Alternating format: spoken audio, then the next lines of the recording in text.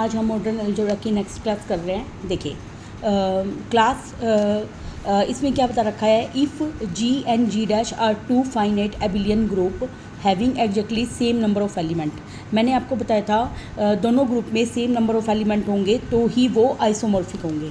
अब एक वार्निंग दे रखी है, the result may not hold in infinite abelian group में कभी भी होल्ड नहीं करता।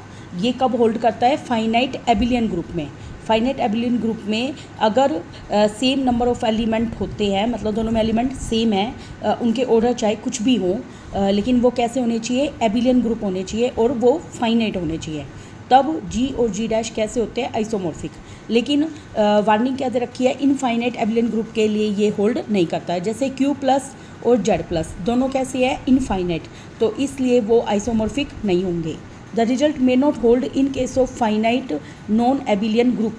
फाइनाइट भी हो और साथ में नॉन एबिलियन ग्रुप हो तो उसमें भी वो होल्ड नहीं करता। जैसे हेजनबर्ग जेड पी के अंदर दे रखा है, इसमें क्या होता है? वो अपर ट्राइंगुलर मैट्रिक्स होती है, ठीक है। जेड पी का मतलब मॉड्यूलो प्राइम नंबर, और पी यहाँ पे क्या है? Odd prime number. तो इस केस में हर एलिमेंट का ऑर्डर क्या है? या तो 1 है या पी है, ठीक है। तो ये कैसा है? Non abelian group. कैसा है ये? Non abelian group. ये हमने पहले ही पढ़ा है, तो याद रखना जी डैश जैसे जेड पी गुना में जेड पी गुना में जेड पी एबिलियन ग्रुप है तो every element of G dash का ऑर्डर या तो 1 है या पी है। आगे G dash has exactly 1 element of order 1 and G dash has exactly P की power -3 1 element of order P के। याद रखना जी डैश के अंदर एक एलिमेंट ऐसा होगा जिसका ऑर्डर क्या होगा? 1, और इसमें पी की क्यूब -1 एलिमेंट होंगे जिनका ऑर्डर क्या होगा? पी। तो ऑर्डर पी वाले पी की क्यूब -1 एलिमेंट होंगे। जी है exactly 1 element of order 1 that is identity element होगा। 1 ऑर्डर का एलिमेंट कौन होगा इसमें? आइडेंटिटी। और पी की क्यूब -1 एलिमेंट होंगे ऑर्डर पी के। और याद रखना जी और जी डैश एक दूसरे के आइसोमॉर्फिक नहीं है। जी इज नॉन एबिलियन है और जी डैश कैसा है? एबिलियन, तो वे एक दूसरे के आइसोमॉर्फिक नहीं होंगे। अब अगला हम बात करेंगे केली थ्योरम। केली थ्योरम क्या होती है? हर ग्रुप आइसोमॉर्फिक होता है इसके ग्रुप ऑफ परमुटेशन के। तो केली थ्योरम क्या कहती है? हर ग्रुप किसके आइसोमॉर्फिक होता है? इसके ग्रुप ऑफ परमुटेशन के आइसोमॉर्फिक होता है। इफ़ जी एक फाइनाइट ग्रुप है जिसका ऑर्डर n है तो जी आइसोमॉर्फिक होगा इसके सब ग्रुप को। सब ग्रुप क्या होगा? जैसे Sn बन गया।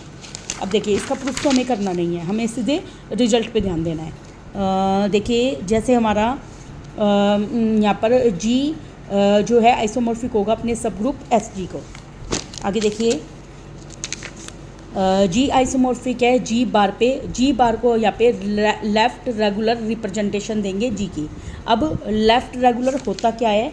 देखिए जैसे हम इसको निकालते हैं, लेफ़्ट रेगुलर को 1 मिनट मैं पहले डिफाइन कर देती हूँ।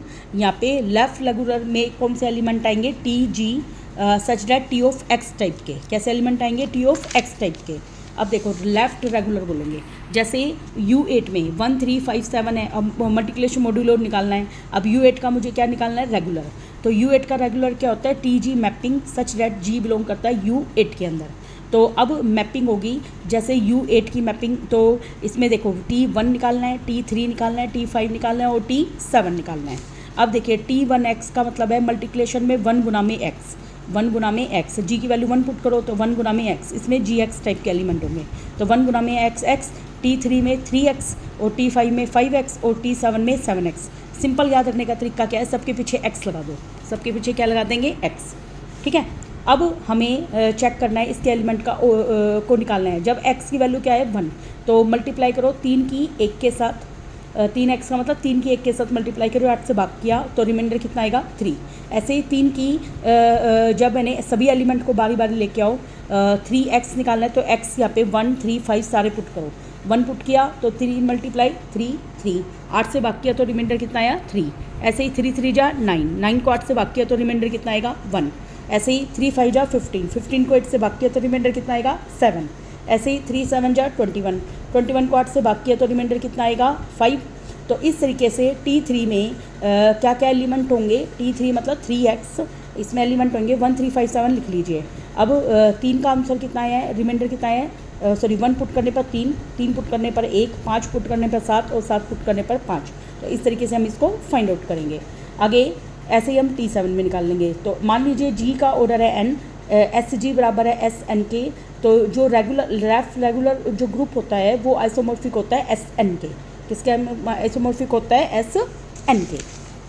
अगला G आइसोमॉर्फिक है, याद रखना G आइसोमॉर्फिक होता है अपने लेफ्ट रेगुलर ग्रुप के some subgroup of SN के आइसोमॉर्फिक होता है। और number of cyclic group of order 4 up to isomorphism, याद रखना नंबर ऑफ साइकिल ग्रुप जिसका ऑर्डर 4 है, जिसका ऑर्डर क्या है 4, वो हमेशा आइसोमॉर्फिक होते हैं। क्या होते हैं? हमेशा आइसोमॉर्फिक। जैसे U10 है, इसमें ऑर्डर कितना है 4, Z4 है, ऑर्डर कितना है 4, तो दोनों ऑर्डर 4 के हैं, तो एक दूसरे के क्या होंगे? Isomorphic. Every finite cycle group isomorphic होता है ZN के, ये भी हमें याद रखना है। याद रखना जिनमें नंबर ऑफ एलिमेंट अगर सेम होंगे तो एक दूसरे के क्या है? आइसोमॉर्फिक। आइसोमॉर्फिक है तो सेम नंबर ऑफ एलिमेंट होना ज़रूरी है, ठीक है। तो U10 और Z4 क्या है? एक दूसरे के आइसोमॉर्फिक। अगर ऑर्डर इनका 4 है तो वे हमेशा आइसोमॉर्फिक होंगे। आगे which of the following statement is are true. मान लीजिए N बिलोंग्स का 10 में there are infinitely many groups lie करते हैं ऑर्डर N के, जो कि आइसोमॉर्फिज्म होते हैं। तो इनफाइनेटली लाई करते हैं ज़रूरी नहीं है। There are only finitely many groups होते हैं ऑर्डर N के जो आइसोमॉर्फिज्म होते हैं, ये भी ठीक है। और infinitely many N belongs to N lie करता है कि इनफाइनेटली ग्रुप लाई करते हैं। इनफाइनेटली के लिए रॉन्ग होएगा, फाइनेटली के लिए राइट होएगा।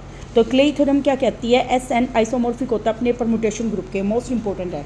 क्ले थ्योरम क्या कहती है? SN आइसोमॉर्फिक होता है अपने परमुटेशन ग्रुप के। तो every finite group has finite सब ग्रुप रखता है, और हर इनफाइनाइट ग्रुप के अंदर भी फाइनाइट सब ग्रुप हो सकते हैं, ठीक है। तो every infinite group has infinite sub group रखता है। और uncountable group has many uncount मे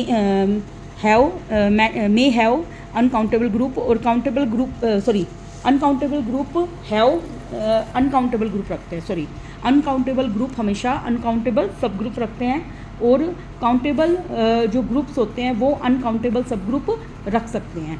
जैसे R+ का एग्जांपल है यहाँ पे। UN एज EDP मतलब एक्सटर्नल डायरेक्ट प्रोडक्ट के रूप में वो हमारा क्या रखता है? अनकाउंटेबल सब ग्रुप रख सकता है। अब देखिए हमारे पास ये कुछ एग्जांपल है। जैसे U55 है, उसको हम कैसे तोड़ सकते हैं? U11 गुना में 5, ये किसके आइसोमॉर्फिक हो जाएगा? U11 गुना में U5। ये कब होगा? जब इनकी GCD क्या होगी? 1, ठीक है। ऐसे U35 को लिख सकते हैं U7 गुना में 5, ये आइसोमॉर्फिक होगा U7 गुना में U5 के। ऐसे U28 को लिख सकते हैं 2 गुना में 14, ठीक है। अब ये दोनों की GCD 1 नहीं है, इसलिए दोनों एक नोट राइट इट, मतलब ये एक दूसरे के आइसोमॉर्फिक नहीं है। ये आइसोमॉर्फिक किसके नहीं है? U2 गुना में U14 के। अगला UN as EDP of cyclic group. देखिए U2 में कितने एलिमेंट है? 1 है, तो वो ZP के आइसोमॉर्फिक होता है, तो Z1 के आइसोमॉर्फिक होगा। U2 की पावर 2 में कितने एलिमेंट है? 1 और 3। 2 की पावर 2 का मतलब क्या हो गया? 4 से GCD रखने वाले 1 और 3 एलिमेंट है, तो ये आइसोमॉर्फिक होगा Z2 के। किसके आइसोमॉर्फिक होगा? Z2 के। और U2 की पावर 3 U8 इसमें 4 एलिमेंट है, वो आइसोमॉर्फिक होगा Z2 गुना में Z2। 4 के टुकड़े कर दिए मैंने, Z2 गुना में Z2। तो हमें याद रखना है UN आइसोमॉर्फिक है ZN के, ठीक है। तो इसमें एक रूल है जिसको आपको याद रखना है। U2 की पावर P हो तो वो आइसोमॉर्फिक होता है Z2 गुना में Z की पावर 2 की पावर N-2, मतलब 2 टर्म घटती चली जाएगी। फॉर ऑल N जब ग्रेटर देन इक्वल टू क्या होगा? 3। N क्या होगा? Greater than equal to 3। तो U2 की पावर 2 आइसोमॉर्फिक है Z2 गुना में Z की पावर 2 की power N-2 for N greater than equal to 3 के लिए। If P is an odd prime number है और N बिलोंग्स टू N है, तो UP की power N odd prime number के लिए ये आइसोमॉर्फिक होता है Z की पावर Pn माइनस P की पावर N-1। देखिए UP की पावर N, जब P क्या है? ओड प्राइम नंबर है, तो वो आइसोमॉर्फिक होता है Z की पावर Pn माइनस P की पावर N-1, ठीक है। UP आइसोमॉर्फिक क्या होता है? और ओनली प्राइम नंबर हो तो UP आइसोमॉर्फिक होता है ZP-1, और वो कब होता है? ओड प्राइम के लिए। इवन प्राइम नंबर 2 ही है, तो 2 की पावर P को देखना है, तो वो आइसोमॉर्फिक होता है Z2 गुना में Z की पावर 2 की पावर N-2। ये काफ़ी इंपॉर्टेंट रिजल्ट है। और UP की पावर N आइसोमॉर्फिक होता है ZP की पावर N माइनस P की पावर N-1, p की पावर n माइनस p की पावर n माइनस 1। और ये साइक्लिक ग्रुप होता है हमेशा, u साइक्लिक ग्रुप होता है, u p आइसोमॉर्फिक होता है z p माइनस 1 जब p क्या हो ओड प्राइम नंबर। तो नंबर ऑफ एलिमेंट बताने ऑर्डर 2 के u55 में, तो u55 को लिख सकते हैं u11 गुना में u5 लिख सकते हैं। अब u11 को क्या लिख सकते हैं, u11 को लिख सकते हैं z p माइनस 1 है तो z 11 माइनस 1 और u 5 माइनस 1 तो z 10 गुना में z 4।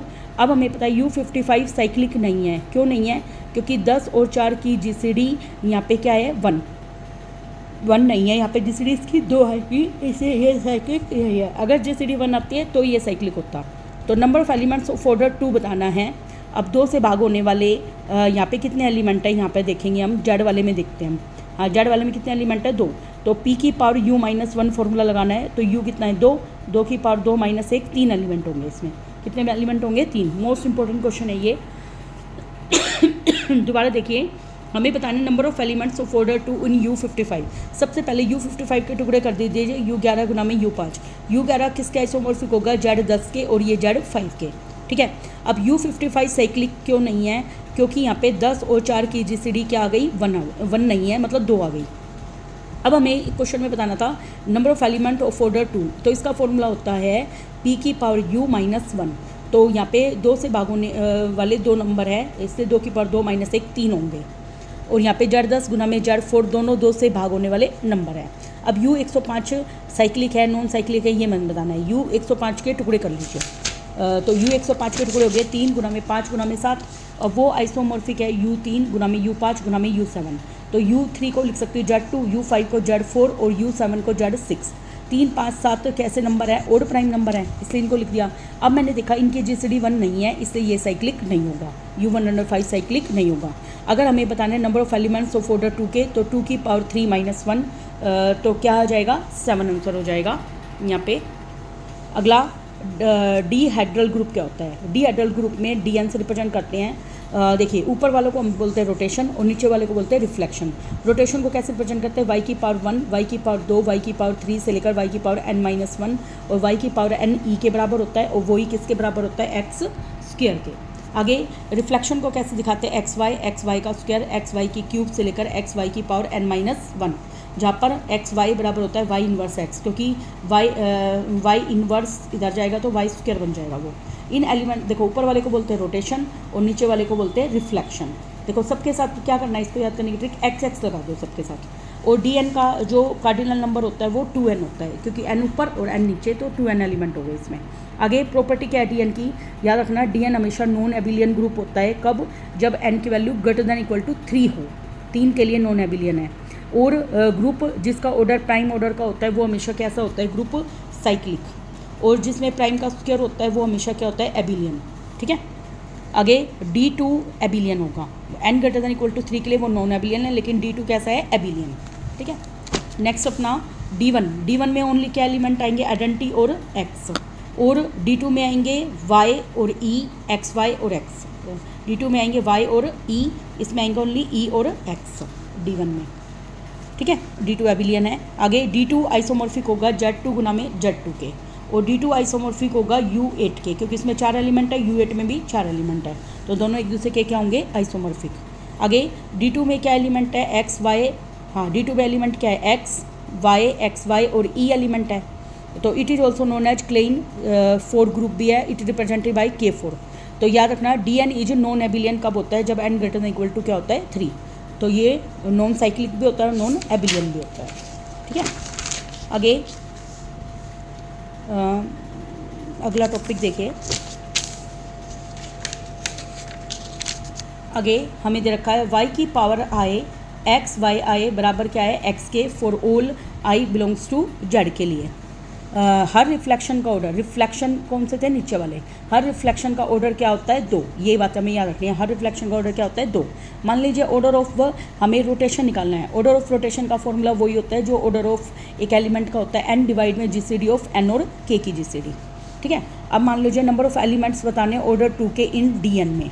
हाँ नंबर ऑफ एलिमेंट बताने ऑर्डर 2 के इन DN में, तो उसका फॉर्मूला होता है ऑर्डर 2 के निकालने के लिए n, अगर n ओड है, इवन है तो n+1, इवन है तो n+1 ऑर्डर 2 के। देखिए n अगर ओड है तो n, और इवन है तो n+1। If N is odd है then rotation will not have order 2। याद रखना एन ऑर्डर एन अगर ओड है तो रोटेशन का ऑर्डर 2 नहीं होगा।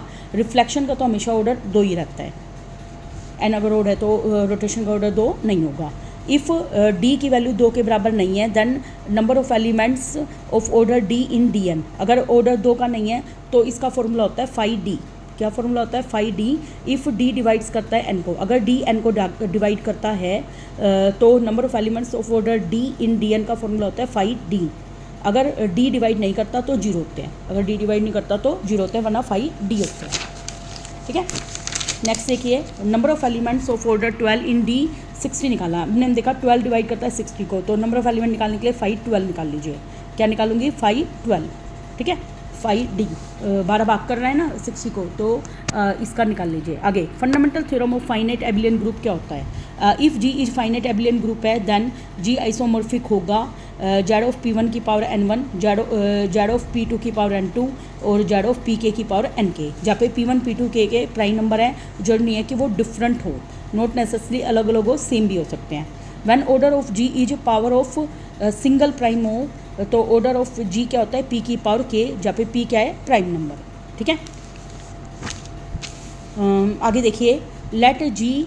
देखिए जैसे ही हमें क्वेश्चन का रखा है 1 है तो जेड P1, 2 को लिख सकते हैं 1+1 तो जेड P गुना में जेड P, 2 लिख सकते हैं तो जेड P का स्क्वायर। ऐसे ही 3 के 1+1+1 पार्टीशन होते हैं तो जेड P गुना में जेड P, और इसको गुना भी कर सकते हैं P स्क्वायर गुना में P, और ये P की क्यूब। ठीक है, इस तरीके से हम कर सकते हैं।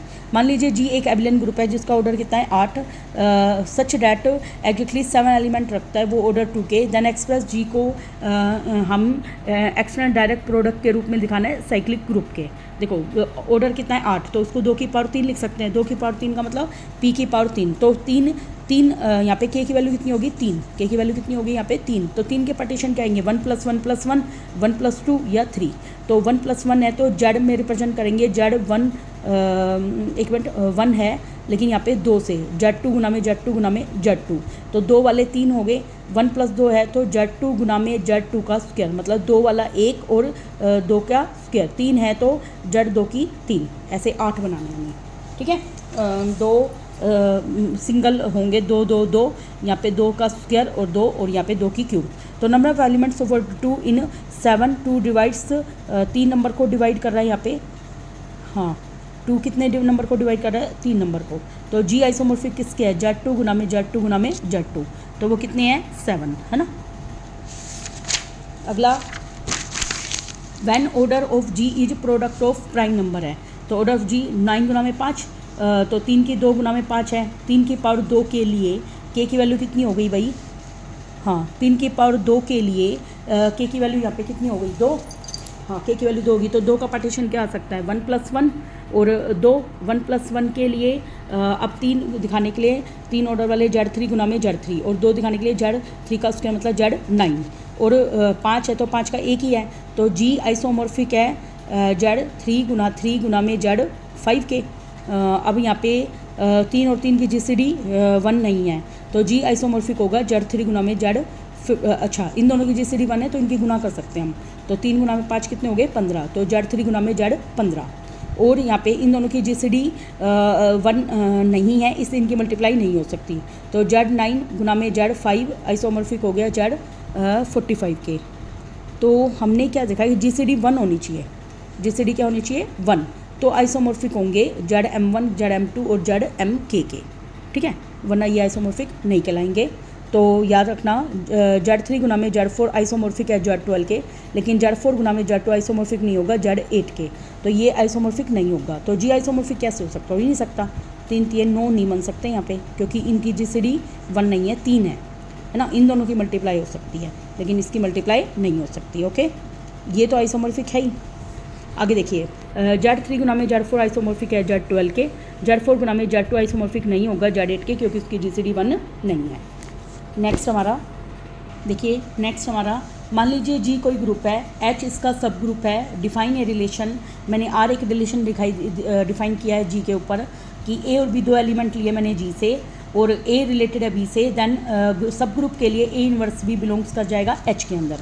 तो आर को इक्विवेलेंस रिलेशन बोलते हैं जी के ऊपर, ठीक है। अगर ए इनवर्स भी एच में बिलोंग करता है तो वो इक्विवेलेंस रिलेशन होता है। नेक्स्ट देखिए हमारा, अब हमें बताना है अगला equivalence class with respect to R. देखिए एच सब ग्रुप है किसका, जी का, और ए और बी दो एलिमेंट ले लिए मैंने जी में से, ए रिलेट कर रहा है आर में से, ए रिलेट कर रहा है बी से, और ए इनवर्स बी बिलोंग कर रहा है एच में, तो वो सब ग्रुप होगा। तो क्लास ऑफ एक्स को कैसे डिफाइन कर रखा है यहाँ पे, अगर एक्स अगर लेफ्ट में है तो लेफ्ट को सेट होगा, तो क्लास ऑफ एक्स को हम लेफ्ट को सेट से डिफाइन करेंगे। याद रखना क्लास ऑफ एक्स को कैसे डिफाइन करेंगे, लेफ्ट को सेट से। तो एक्स एच बराबर होता है एक्स एच, इसको लेफ्ट को सेट बोलते हैं, और इसी तरीके से हम राइट को सेट्स बना सकते हैं। अगर एक्स राइट में है तो राइट को सेट्स कहलाएगा वो, और वो सब ग्रुप कब कहलाएगा, जब लेफ्ट और राइट को सेट्स क्या होंगे, इक्वल, ठीक है। अगला देखिए प्रॉपर्टी ऑफ लेफ्ट और राइट को सेट की प्रॉपर्टी क्या होती है। देखिए यहाँ पे एक्स अगर क्लास ऑफ एक्स में बिलोंग कर रहा है, इसका मतलब लेफ्ट को सेट, तो एक्स बिलोंग कर जाएगा एक्स एच के अंदर। ऐसे ही ए एच बराबर एच होता है हमेशा, और राइट में एच ए बराबर एच है, तो ए किस में बिलोंग करेगा, एच के अंदर।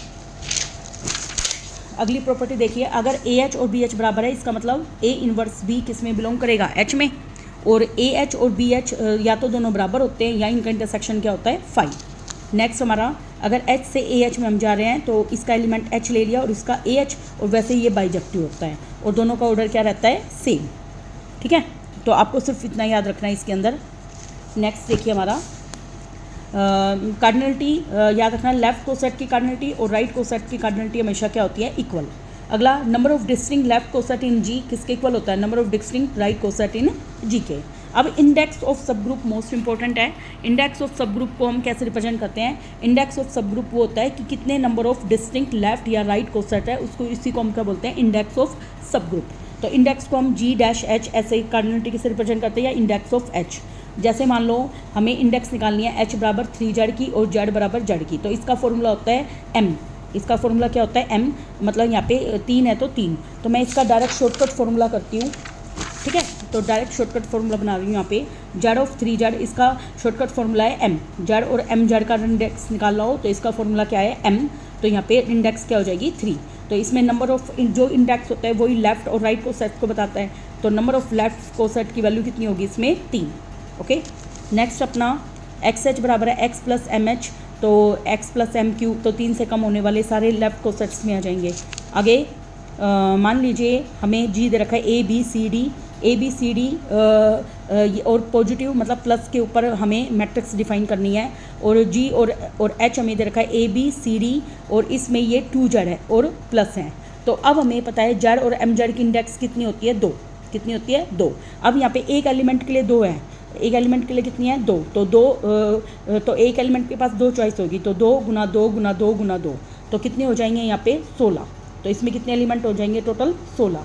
तो हमारा ऑप्शन नंबर 3 आ जाएगा, 16 एलिमेंट। नेक्स्ट हमारा क्वेश्चन देखिए, हाँ ये वही सोल्व कर रखा है लॉन्ग मेथड से, लेकिन मैंने शॉर्ट बता दिया आपको। नेक्स्ट करते हैं हम ऑब्जर्वेशन में। देखिए मान लीजिए एक फाइनाइट ग्रुप है, always has finitely many left और राइट को सेट। याद रखना एक फाइनाइट ग्रुप में लेफ्ट और राइट को सेट्स की वैल्यू क्या होती है, इक्वल। और कोई इनफाइनाइट ग्रुप है उसके अंदर फाइनाइटली मैनी लेफ्ट और राइट को सेट्स हो सकते हैं, ठीक है। और याद रखना जो ऑर्डर ऑफ एच है वो क्या होता है, m times order of H का। m टाइम्स क्या होता है, ऑर्डर ऑफ एच का। तो इसका मतलब ऑर्डर ऑफ एच जो सब ग्रुप का ऑर्डर है, ऑर्डर ऑफ जी को क्या करता है, भाग। इस बात को याद रखना है हमें।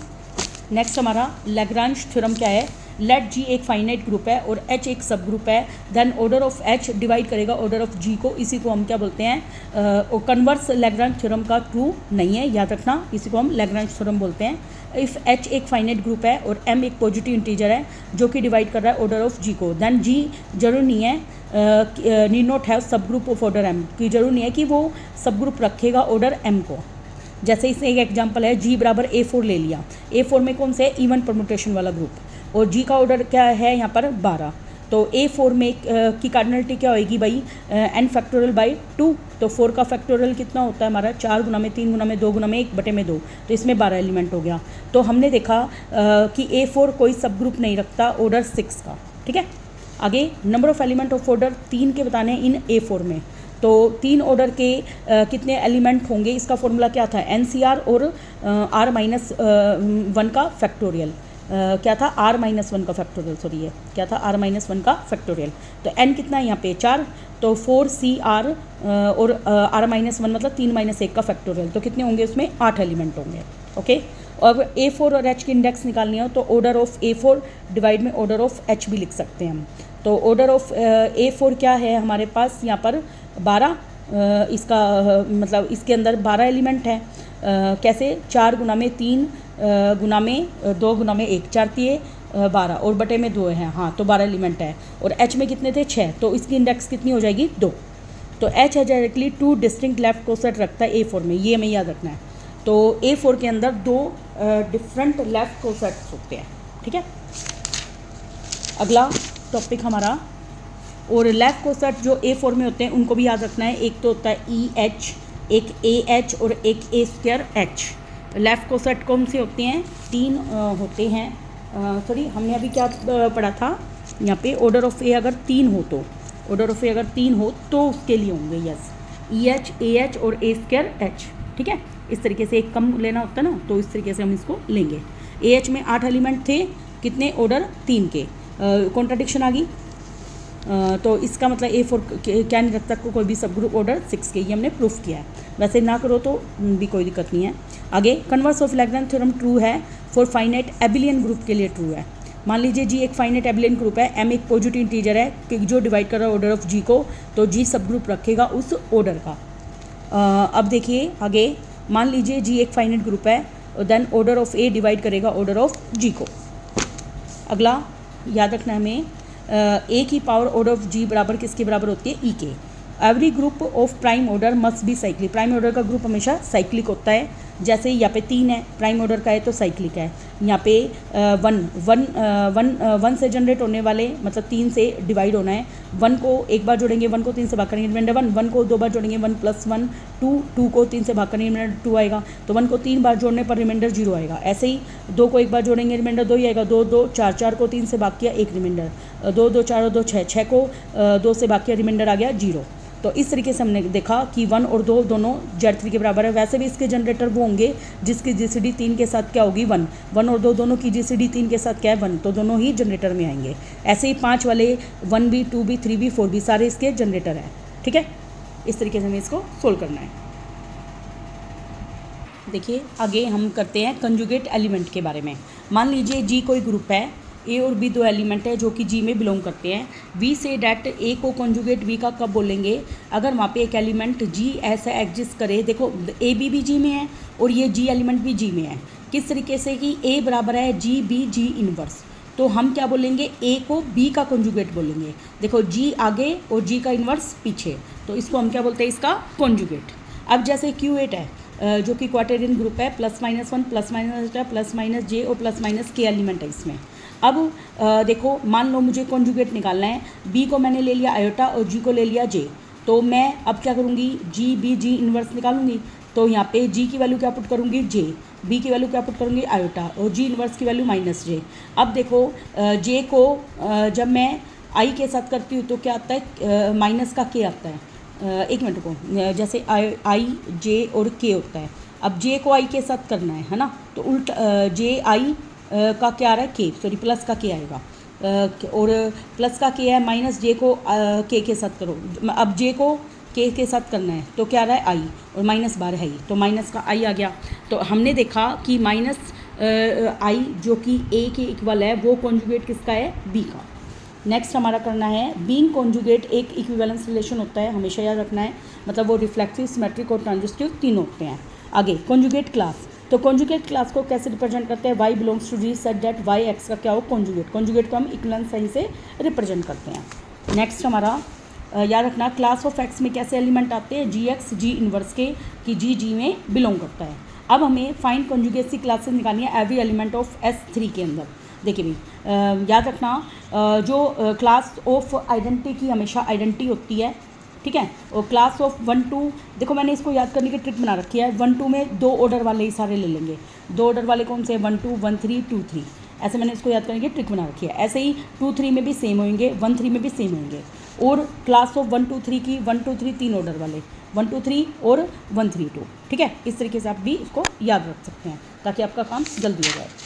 देखिए नेक्स्ट हमारा इम्पोर्टेंट ट्रिक है। मान लीजिए सिग्मा और टो दो एस एन के अंदर बिलोंग करते हैं। सिग्मा में क्या है, A1 से लेकर AN, B1 से लेकर BN और C1 से लेकर C ऐसे दे रखे हैं। तो टो सिग्मा इन्वर्स किसके बराबर होता है, देखो इसको हम कैसे निकालते हैं। दो अगर हमें दे रखी हो ऐसे क्लास, तो इसको हम निकालते हैं to of C1, to of C2 और टो ऑफ N के। अब देखिए इसका एक क्वेश्चन है, जैसे टो बराबर है 1 2 3 4 5 6 7, सिग्मा बराबर 1 2 3 4 5 6 7 8, ठीक है। अब हमें टो सिग्मा और टो का कॉन्जुगेट निकालना है। तो हम इसको कैसे लिखेंगे, देखिए इसको हमें लिखने का तरीका है, टो सिग्मा टो इनवर्स निकालना है तो टो ऑफ 1, टो ऑफ 2 और टो ऑफ 3 निकाल दीजिए। देखिए 1 2 3 के लिए इस पर टो लगा दीजिए। क्या लगा दीजिए, टो। सिग्मा पे टो लगा दीजिए, टो 1 टो 2 टो 3, ऐसे टो 4 टो 5 टो 6 और टो 7 टो 8, इस तरीके से हमने लगा दिया। अब टो 1 टो 1 देखो, तो टो वाला ये है, तो 1 का रिश्ता किसके साथ है, 2 के साथ, तो इसका आंसर आ जाएगा 2। ऐसे टो 2 देखो, 2 किसके साथ जा रहा है, 3 के साथ, तो इसका आंसर आ जाएगा 3। टो 3 देखो, 3 का रिश्ता किसके साथ है, 4 के साथ। ऐसे ही हमें टो 4 निकालना है, 4 का किसके साथ है, 1 के साथ, ठीक है। ये हो गया। ऐसे टो 5 निकालना है, 5 का किसके साथ है, 6 के साथ। और टो 6 निकालना है, 6 का है 7 के साथ, 7 का निकालना है, 7 का अगेन 5 के साथ है। और 8 का किसके साथ है भाई अब देखो यहाँ पे टो में 8 है ही नहीं, है ना, तो 8 का अगेन किसके साथ जाएगा, 1 के साथ, ठीक है। 8 का यहाँ पे किसके साथ दिखा रखा है, 2 के साथ। तो बेटा यहाँ पे मतलब कोई ना कोई मिस्टेक है, 8 होना चाहिए यहाँ पे, ठीक है, तभी वो आएगा उसका। एक मिनट, 8 मैंने गलती से लिख दिया, 7 तक ही थे एलिमेंट, सॉरी 8 है ही नहीं यहाँ पर, ओके, ठीक है। नेक्स्ट देखिए हमारा, जस्ट अ मिनट। अब हमें कंजुगेसी क्लास निकालनी है Q8 के अंदर। देखो Q8 के अंदर क्या होते हैं, क्वार्टरिंग ग्रुप में +-1 +- आयोटा +-0 + के एलिमेंट होते हैं। अब हमें क्लास 1 निकालनी है। 1 की क्लास 1 ही होती है, -1 की -1 होती है, याद रखना इसको, मैंने इसको याद रख रखा है ताकि हमारा क्वेश्चन एग्जाम में जल्दी हो जाए। क्लास ऑफ आयोटा की आयोटा माइनस आयोटा दोनों होते हैं, ऐसे J की +J -J और K की भी +J -J। और आप इसको जिस तरीके से मैंने मेथड बताया था उसे सोल्व करके भी देख सकते हैं। अगला conjugacy classes of any abelian group. देखिए लेट G भी एनी एबिलियन ग्रुप है, then for any A belongs to G conjugate classes of A is conjugate class A वही होएगा GAG इनवर्स, ठीक है। और AG और GA क्या होते हैं, बराबर। और क्लास ऑफ A याद रखना एबिलियन ग्रुप के लिए A के ही इक्वल होती है। एबिलियन ग्रुप के लिए क्या होती है, सिर्फ A के ही इक्वल होती है, ठीक है। अब जैसे हमारे पास एक थ्योरम है, एक ग्रुप एबिलियन कब होता है, if and only if every element of this group self conjugate हो। अगर कोई ग्रुप खुद का ही कंजुगेट हो जाए तो हम उसको क्या बोलते हैं, एबिलियन। और आइडेंटिटी हमेशा सेल्फ कंजुगेट होती है और वो एबिलियन होती है। और collection of all conjugate element is a सब ग्रुप। याद रखना जितने भी कंजुगेट एलिमेंट है उन सब का कलेक्शन जब भी हम लेंगे तो एक सब ग्रुप बनाता है। और कंजुगेट ग्रुप के कलेक्शन को हम सेंटर ग्रुप बोलते हैं, जिसको हम जेड से रिप्रेजेंट करते हैं। कंजुगेट ग्रुप के कलेक्शन को हम क्या बोलते हैं, सेंटर ग्रुप। जैसे सेंटर ऑफ ए ग्रुप क्या होता है, कंजुगेट का कलेक्शन। तो क्लास ऑफ एक्स में एक्स वाले एलिमेंट आएंगे कंजुगेट वाले, और इसमें कम्यूट करेंगे, जैसे जी एक्स बराबर होगा एक्स जी के ऊपर। अगर सेंटर ऑफ जी बराबर जी के इक्वल हो जाए तो इफ़ एंड ओनली कब होगा, जब जी एबिलियन है तो सेंटर ऑफ जी और जी क्या होंगे, बराबर। काफ़ी इंपॉर्टेंट रिजल्ट है ये। देखिए भाई सेंटर ऑफ जी अगर जी के बराबर हो जाए तो जी कैसा होएगा, एबिलियन ग्रुप। जैसे यहाँ पे दे रखा है, देखिए यहाँ पर सेंटर इज सब ग्रुप दे रखा है, जैसे C Z of C star dot के ही बराबर होता है, तो सेंटर ये खुद के ही बराबर होता है। ऐसे आर प्लस में भी खुद के बराबर होता है, क्यू प्लस के अंदर भी खुद के बराबर होता है, और जेड एन में भी खुद ही के बराबर होता है। क्यू आर और सी स्टार में खुद के बराबर होता है और जेड एन में भी। अगला सेंटर ऑफ जी एक एबिलियन ग्रुप होता है ऑलवेज, और ए बी और बी है तो इसमें हमेशा बराबर होते ही हैं। अगला देखिए, अगली थ्योरम है, देखिए पहले हम एक रिजल्ट पढ़ते हैं। Centre of G1 cross G2 को हम लिख सकते हैं centre of G1 cross centre of G2, ऐसे K तक का लिख सकते हैं। अब ये इंपॉर्टेंट है, सेंटर ऑफ SN हमेशा क्या होता है, आइडेंटिटी के बराबर होता है SN का, जब n की value greater than equal to 3 हो। काफ़ी मोस्ट इंपॉर्टेंट रिजल्ट है, जब n की value greater than equal to 3 है तो SN का जो सेंटर होता है, परम्यूटेशन ग्रुप का जो सेंटर होता है, सिमेट्रिक ग्रुप भी बोलते हैं इसको, तो इसका जो सेंटर होता है वो आइडेंटिटी होता है। क्या होता है, हमेशा आइडेंटिटी। अगला सेंटर ऑफ AN बराबर आइडेंटिटी कब होता है, जब n की value greater than equal to 4 हो, ठीक है। अगला देखिए इस तरीके से हम ये सारे रिजल्ट्स को हमें याद रखना है। देखिए next, center of A N बराबर आइडेंटिटी कब है, जब N greater than equal to क्या है 4। आगे सेंटर ऑफ Q8 निकालना है, तो क्लास ऑफ 1 तो 1 ही होती है, क्लास ऑफ -1 भी -1 होती है, प्लस आयोटा की प्लस माइनस आयोटा होती है, और सेंटर ऑफ Q8 का जो सेंटर होता है वो 1 और -1 होता है। मोस्ट इंपॉर्टेंट रिजल्ट है, सेंटर ऑफ Q8 क्या होता है 1 और -1। Next, center of general linear function, देखो center of general linear function वो किसके बराबर होता है, देखिए सेंटर ऑफ लीनियर फंक्शन बराबर होता है ए गुना में आइडेंटिटी ऑफ आइडेंटिटी के बराबर, जिसमें ए बिलोंग करता है एफ में 0 नहीं होगा, एफ में कौन सा एलिमेंट नहीं होगा 0। ऐसे ही देखिए ये हमें याद रखना है, center of general linear group का सेंटर आइसोमॉर्फिक किसके होता है आर, यहाँ पे स्टार का मतलब है नॉन जीरो और डॉट का मतलब प्रोडक्ट के अंदर, ठीक है। ऐसे ही जी एल एन क्यू पे भी क्यू स्टार डॉट होता है और जी एल एन सी पर भी सी स्टार डॉट होता है। याद रखना प्रोडक्ट तो होगा ही और इसमें डॉट प्रोडक्ट तो होगा ही, लेकिन इसमें नॉन जीरो नंबर होंगे प्रोडक्ट में, ठीक है। और centre of special linear function का बराबर होता है ए गुना में आइडेंटिटी एलिमेंट, किसके बराबर होता है ए गुना में आइडेंटिटी एलिमेंट, ठीक है। आइडेंटिटी जो मैट्रिक्स है उसको ए से मल्टीप्लाई कर देंगे, काफ़ी इंपॉर्टेंट है ये, इसको हमें याद रखना है। और अगर देखिए, और ये आइसोमॉर्फिक होता है जेड 2 के अगर एन इवन है, और आइसोमॉर्फिक किसके होता है जेड 1 के अगर N is odd. Most important result है, center of special linear function का जो सेंटर है वो आइसोमॉर्फिक होता है जेड 2 के अगर एन इवन है, वरना आइसोमॉर्फिक होता है वो जेड 1 के अगर एन क्या है ओड है, लेकिन वो कब है जब रियल नंबर ले रहे हैं हमें, ठीक है। अगला देखिए हमारा क्लास नंबर, नेक्स्ट क्लास जो हमें इसी में करनी है। देखिए नेक्स्ट हम करेंगे आगे कंजुगेसी क्लासेज के बारे में। देखिए क्लास ऑफ ए अभी हमने डिफाइन किया था, वो क्या होता है जी ए जी का इन्वर्स, जिसमें जी किस में बिलोंग करता है जी के अंदर। आगे हम बात करेंगे सेंटर ऑफ ग्रुप की। सेंटर ऑफ ग्रुप जो क्या होता है कलेक्शन होता है कंजुगेसी क्लासेज का, तो इसमें क्या होता है कम्यूट करते हैं एक्स जी बराबर क्या होता है जी एक्स। अब सेंटर ऑफ हमें डी हेड्रल ग्रुप निकालना है। मान लीजिए डी हेड्रल ग्रुप में ऊपर क्या होता है रोटेशन और नीचे क्या होता है रिफ्लेक्शन। ये मैंने आपको पहली वीडियो में बताया था, जैसे y की पावर 1 y की पावर 2, ये जो मतलब साइक्लिक वाले हैं वो लिख लीजिए y की पावर n माइनस 1 y की पावर n बराबर e, और ये yn बराबर e बराबर क्या होता है x का स्क्वायर। इसी तरीके से नीचे इन सब के साथ x लगा लीजिए, ऊपर वाले क्या कहलाते हैं रोटेशन और नीचे वाले क्या कहलाते हैं रिफ्लेक्शन। तो सेंटर ऑफ डी एन बराबर होता है 1 के, किसके बराबर होता है 1 के इफ़ एन इवन हो। देखिए इसमें ये गलत लिख रखा है, if N is odd, N अगर ओड है, एन क्या है ओड, तो सेंटर क्या होता है 1 मतलब आइडेंटिटी, 1 का मतलब आइडेंटिटी होता है, सॉरी सेंटर क्या होता है आइडेंटिटी अगर एन क्या है ओड। अगर एन इवन है, एन क्या है यहाँ पर इवन है, तो वो होता है आइडेंटिटी और y की पावर n/2, वो क्या होता है सेंटर आइडेंटिटी और y की पावर n/2।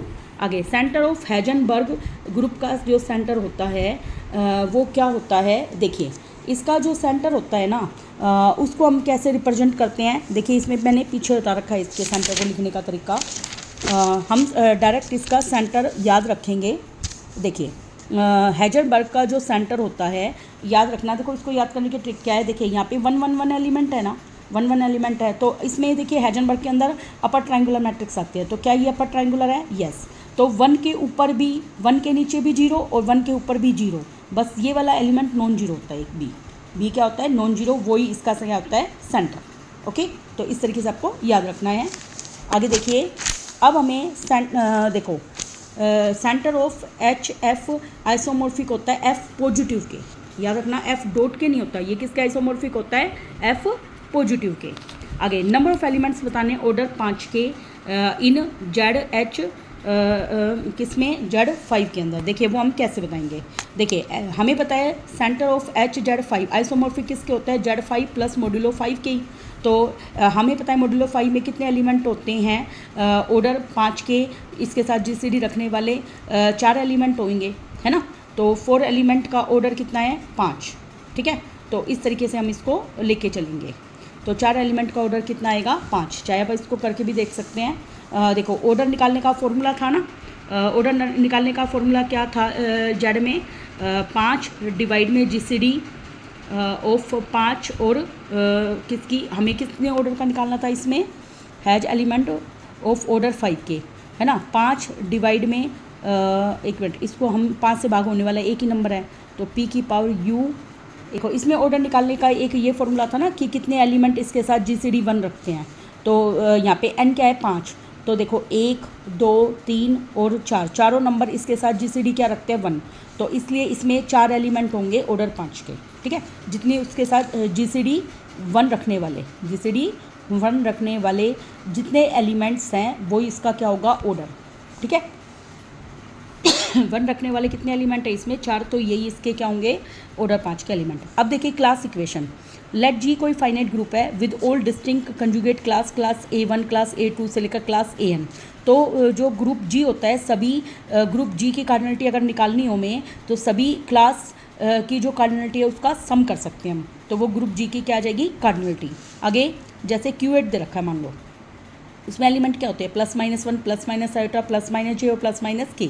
क्लास 1 निकालने के लिए 1 ही होता है, क्लास -1 की -1 होती है, आयोटा की +-i होती है, j की +-j होती है और k की +-k होती है। अब Q8 की कार्डिनलिटी निकालनी है, क्लास 1 में एक ही एलिमेंट है, इसमें भी एक है, इसमें 2 है, इसमें 2 है, इसमें 2 हैं, ऐसे हम इसको ऐड करके निकाल सकते हैं।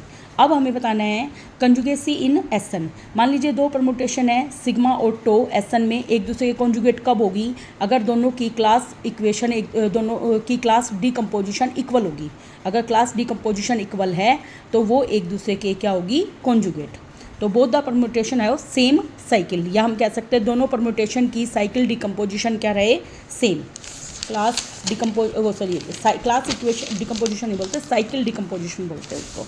ठीक है, जैसे मान लो साइकिल डिकम्पोजिशन करनी है हमें लेंथ 1 लेंथ 2 वाले लेंथ 3 वाले, तो इस तरीके से हमें सेम देखना होगा। ठीक है, आगे देखो भाई, क्लास ऑफ 1 की 1 ही होती है, क्लास ऑफ 1 2 वाले सारे लिख दो, ऐसे ही क्लास ऑफ 1 2 3 वाले सारे लिख दो। तो क्लास इक्वेशन ऑफ 6 S3 में 6 एलिमेंट होते हैं, तो 6 1 1 ये 2 और ये 3 ऐसे लिख सकते हैं हम। ऐसे ही 4 के लिए लिख सकते हैं, 4 को हम क्या लिख सकते हैं 1 + 1 + 1, और 4 को हम क्या लिख सकते हैं 1 + 1 + 2। 4 को कैसे लिख सकते हैं 2 + 2 1 + 3 और ये 4 ऐसे लिख सकते हैं। तो 1 वाली आइडेंटिटी होती है हमेशा, और 2 वाली जैसे 1 2 ले ली हमने एग्जांपल, तो इसमें इस ऑर्डर निकालने का कि भाई कितने होंगे, तो इसका फॉर्मूला क्या होता है 4c2 और 2 - 1 का फैक्टोरियल। तो इसमें even तो 1 ही है, 2 और होंगी 2 even होंगी। ठीक है, इस तरीके से हम इसको फाइंड आउट कर सकते हैं। आगे देखिए हमारे पास S4 में हमें 24 एलिमेंट होते हैं, पता ही है 4 का फैक्टोरियल।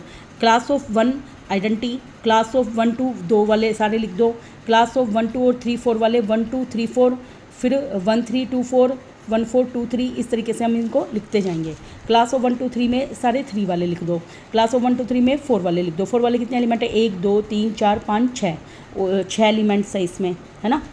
और इसमें कितने एलिमेंट है 1 2 3 4 5 6 7 8 एलिमेंट्स है। तो इस तरीके से हम इनको लिख देंगे, तो 24 के टुकड़े हो जाएंगे 1 + 6 + 3 + 8 + 6, याद रखना 6 6 वाले 2, 1 + 3 + 8। ठीक है, इसको हम निकाल के देख सकते हैं।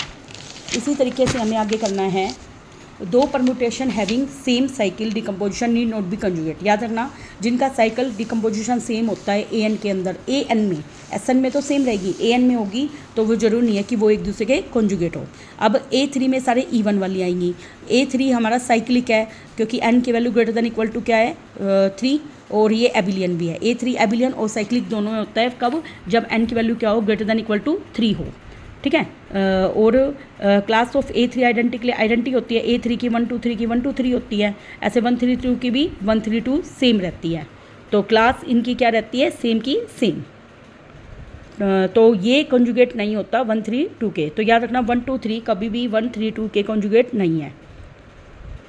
ओके, अब देखो जैसे क्लास इक्वेशन 1 1 3 ले रखा है इसने, डिस्टिंक्ट नहीं है ना, ये भी डिस्टिंक्ट नहीं है, ये डिफरेंट है, ये भी डिफरेंट है, ये भी डिफरेंट है और ये भी डिफरेंट है। अब देखिए अगर सिग्मा बिलोंग करे AN में, अगर क्लास डिकम्पोजिशन में ओनली डिस्टिंक्ट और सब ग्रुप होते हैं तो ये दोनों का यूनियन हो जाती है और दोनों का जो कार्डिनलिटी है वो क्या रहती है सेम। और इसमें अगर वो कंटेन डिस्टिंक्ट और सब ग्रुप रखती है तो दोनों की कार्डिनलिटी AN की कार्डिनलिटी और SN की कार्डिनलिटी अगर सेम ग्रुप नहीं रखती तो दोनों की कार्डिनलिटी क्या होती है इक्वल, और इसमें डिस्टिंक्ट रखती है तो दोनों क्लास डिकम्पोजिशन की कार्डिनलिटी क्या होती है इक्वल, और इसकी कार्डिनलिटी SN की कार्डिनलिटी के क्या आ जाती है इक्वल। नेक्स्ट देखिए एक एग्जांपल करते हैं। देखिए एक एग्जांपल है हमारे पास S3 का। मान लीजिए सिग्मा है 1 2 3, क्लास डिकम्पोजिशन ऑफ सिग्मा हमें 3 की देखनी है। ठीक है, class equation of SN sigma 1 2 3 1 3 2। ऐसे ही A3 की 6 के टुकड़े क्या हो सकते हैं ये बताइए, 1 + 2 + 3 या और 3 के टुकड़े क्या हो सकते हैं, 3 + 1 + 1। 24 के हमें ये पता ही है तो क्या थे। देखिए 12 के याद रख लेना आप, 12 के टुकड़े होते हैं 1 + 3 + 4 + 4। ओके, नॉर्मलाइजर देखिए, लेट जी कोई ग्रुप है और फाई बिलोंग एक ऐसा नॉन एम्प्टी सेट है जो कि जी का है, तो नॉर्मलाइजर में भी वही लेते हैं हम कंजुगेट वाले। ठीक है, और ये भी देख सकते हैं कि वो एक दूसरे से क्या हो कम्यूट करते हो। ठीक है, तो उसको हम नॉर्मलाइजर बोलेंगे।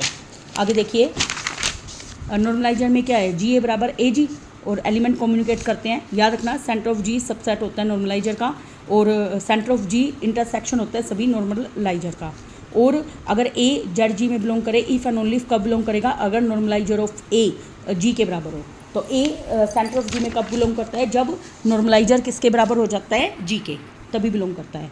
अगर जी नॉन एबिलियन है, मान लो जी नॉन एबिलियन है, तो नॉर्मलाइजर और ए और जी कभी भी इक्वल नहीं होते। ये हमें याद रखना है। अगर ए जी में बिलोंग करता है, सेंटर ऑफ जी प्रॉपर सब ग्रुप होता है एन ऑफ ए का, और वो प्रॉपर सेट होता है जी का, सब ग्रुप होता है। सॉरी, क्लास ऑफ एक्स को पता ही हमें जी एक्स जी इनवर्स से रिप्रेजेंट करते हैं। आगे देखिए फाई इंजेक्टिव 1 1 ऑन 2 ये होता ही हमें पता ही है, क्लास इक्वेशन 1 1 ऑन 2 होती है।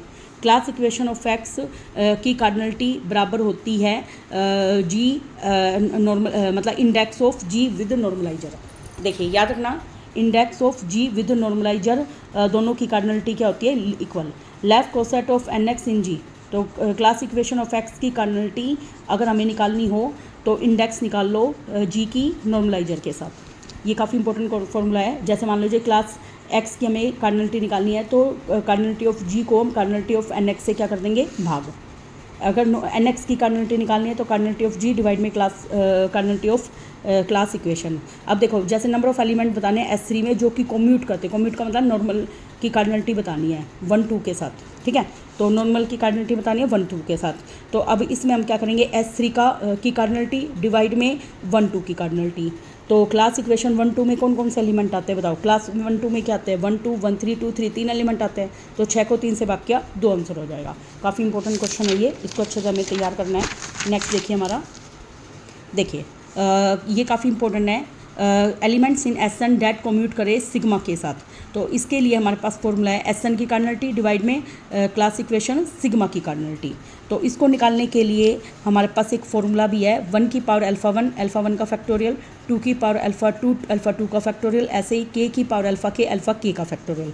जैसे हमारे पास एक क्वेश्चन है, हमें 1 2 3 4 की कार्डिनलिटी बतानी है, तो S4 की कार्डिनलिटी डिवाइड में क्लास इक्वेशन 1 2 3 4 की कार्डिनलिटी। मैंने बताया था इसमें कितने एलिमेंट थे, शायद 6 एलिमेंट थे, है ना। S4 में कितने होते हैं 24, और इसमें कितने एलिमेंट थे 6, तो 4 आंसर हो जाएगा। आप इस तरीके से इसको कीजिए, क्योंकि मैंने इसमें 6 एलिमेंट बताए थे क्लास इक्वेशन 1 2 3 4 में। ठीक है, इस तरीके से आपके लिए ईजी पड़ेगा ये। Thank you very much. Next class में हम अगला काम करेंगे।